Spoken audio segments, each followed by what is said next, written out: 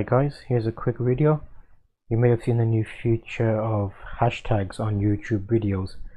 So because we have historic content on the website on YouTube, is it worth going back and adding hashtags to the old videos? Well, maybe it is, because it's quite easy if I show you here how I'm doing it.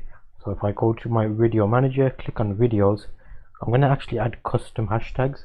So you first search videos, and luckily all my videos have these in the title. So for example, all my unboxing videos have unboxing in the title.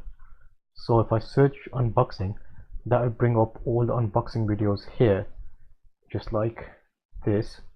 So there, I know they're all unboxing videos, so I check all and go actions, descriptions, append to end, and add 3 hashtags, which will be my channel name,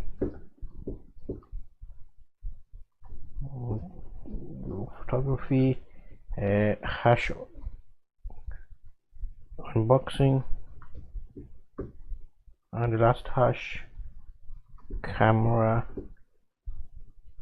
gear. So now that will be added to all of those videos. Just submit. You're about to update 10 videos. You won't be able to perform another bulk action task until this update is done. That's fine, so it'll take a little while. Submit. So now that's pending.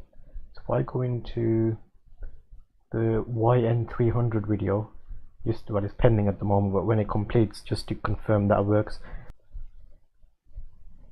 Okay, so that bulk update has worked, because you'll notice this unboxing video for the LED panel has been updated. So I have 3 hashtags there in my above my title. This was a scheduled post, so it was going to go out. It isn't actually live today anyway.